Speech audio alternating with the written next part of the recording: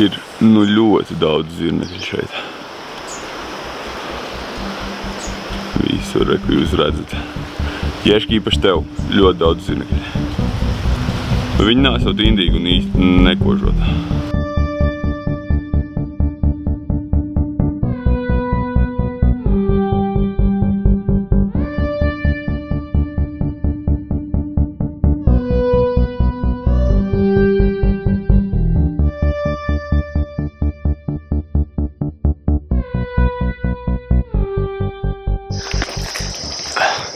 Trešā diena šeit, sestdiena, brīvdiena. Ja nemaldos, visur Nepālā sestdiena brīvdiena?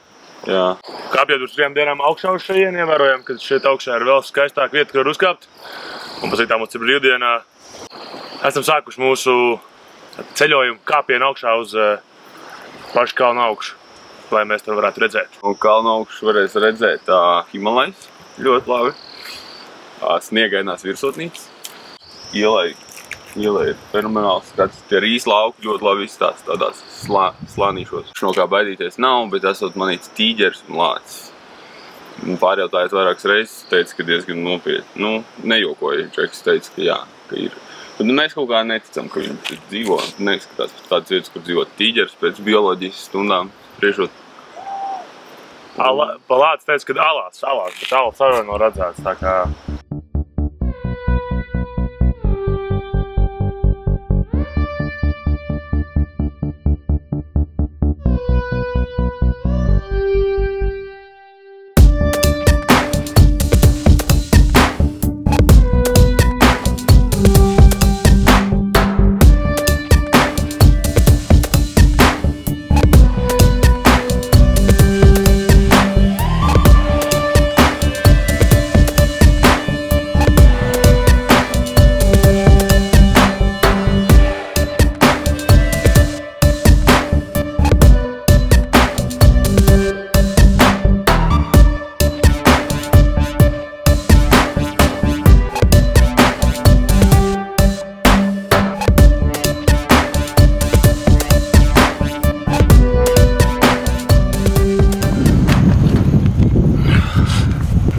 Esam kaut kādā 2500 metru augstumā. Redzam Himalais aiz muguras un pa pārsteigumu te dzīvo cilvēks ar visiem lopiņiem, viņš tīrīja zobus. Īsti mums sasveicināties, laikam negribēja, bet viņam te ir mājiņa un kūtiņa un viss, kas vajadzīgs. Šie ir Kalnu kunga apartamenti. Viena no ēkām ir ala.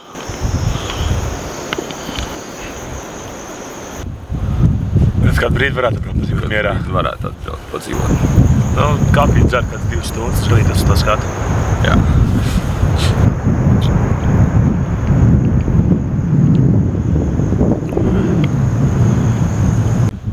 Pirmā diena skolā. Piektdienās gan ir no 10 līdz 1 tikai. Kā iepriekš minējām 8 klases. Man bija 3., 5. un 7. Ko es ievēroju par tiem bērniem kautrīgi, bet es domāju, ka tas ir pagaidām tikai laika jautājums. Un 7. klasa bija ļoti zolīda, visi paklausīgi, zināja arī diezgan ok. 5. klasē gan man bija 4 jaunieši, bārdaku taisīja bārdaku. Kaut ko stāvās uraksts, pagriežos pastos, viens ir zem galda pietupies un slēpjās. Un es laipi pļaustījās un 3. man arī bija ok, ļoti prātīgi, visi pierakstīja pat burtnīcās. Bija ok, man patika, Valteram bija interesanti lasīt vienu. Nu, man bija 8., 6. un 2. 8. bija ļoti paklausīgi, arī visi kautrīgi, protams, daudz paši nerunāja uz atkārtošanu, parasti viss iziet. 6. bija arī diezgan draudzīgi, labi, pildīja visus uzdevumus, ko iedevu un spēlējām karātavas un tādas lietas. Un tad bija 2. klasīte. 2. klasītē bija 2 kadriņi, tādi ļoti labi. Viens vienkārši bļāva visu laiku, ik pa minūtei, namastē, sēr! Es saku, jā, namastē, satikāmies. Viņš ir, namastē, sēr! Nu, viņš nebija tāds ļaunprātīgs, vienkārši ļoti gribēja būt draudzīgs, bet tā bija viens bulijs tāds mazais dušbēks bija, kurš kāpa uz galda, tur sīta meitenēm un ņēma vienam paklausīgajam džekiņam, protams, klasiskajā penāla nost un met visu ārā no tā penāļa. Tad viņš man sāka mēdīt un tad, bija grūti ar viņu. Jā, kaut kas jāizdomā, ko tā stratēģija būs. Stūrī uz zirnīšiem? Jā, uzspēlējām, iemācījām džekiem tautas bumbu, ne džekiem, arī meitenēm, visiem zīkiem uzkapājām. Vēl pāris niansīs, tur ir jāuzfrišina, bet nu kopumā būs ok.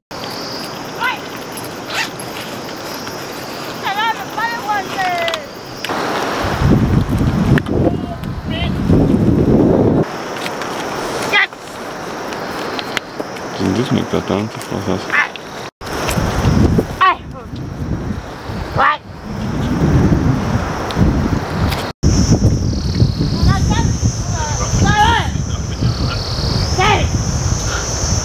Ienīst tās grūti. Mazs fiasko. Izrādās, ka kalna galā, kuram vārds nevar pat parunāt.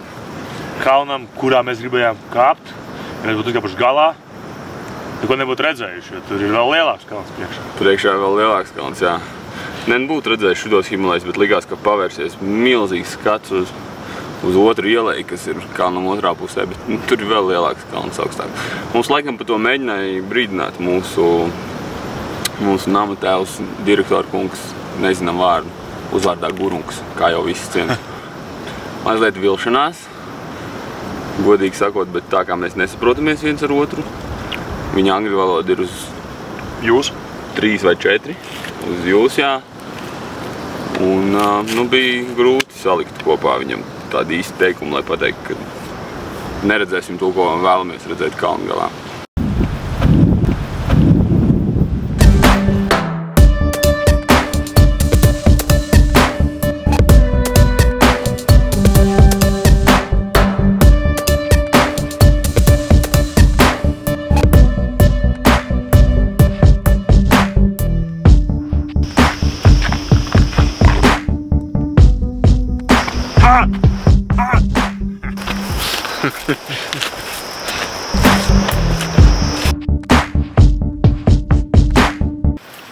Diena noslēgusies. Nav jau diena noslēgusies, bet mūsu haiks. Mēs esam atpakaļ savā ciematā. Netikām, kur gribējām, bet piedzīvums bija labs. Interesants noteikti, jā. Un labs workoutiņš kājām. Kāpt augšā lejā nogurdinoši. Redzējām visādas ūdenskritumiņas. Redzējām, kā cilvēki dzīvo kalnos. Redzējām Himalajus. Redzējām, kā gotiņas dzen padzerties, kaziņas dzen padzerties.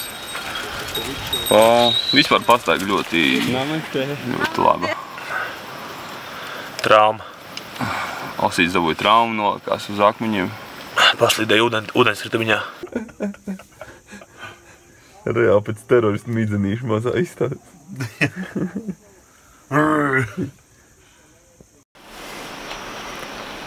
Šī ir māja, kurā viena istabiņa ir veltīta arī mums, man Velšakam. Šeit dzīvo skolas direktors ar savu sievu un dēlu. Mēs esam pagaidām okupējuši dēlu istabu. Viņiem ir savas zosas, savas balodis. Vietējais balodis, kurš mūs principā nerespektē vispār. Viņš lido, kur viņš grib, kad viņš grib, un viņš tīč. Kā arī, kur viņš. Lielāgos, mazais teliņš, vairākas kaziņas un visu veidu vistas. Ko vēl var pastāstīt par šo vietu?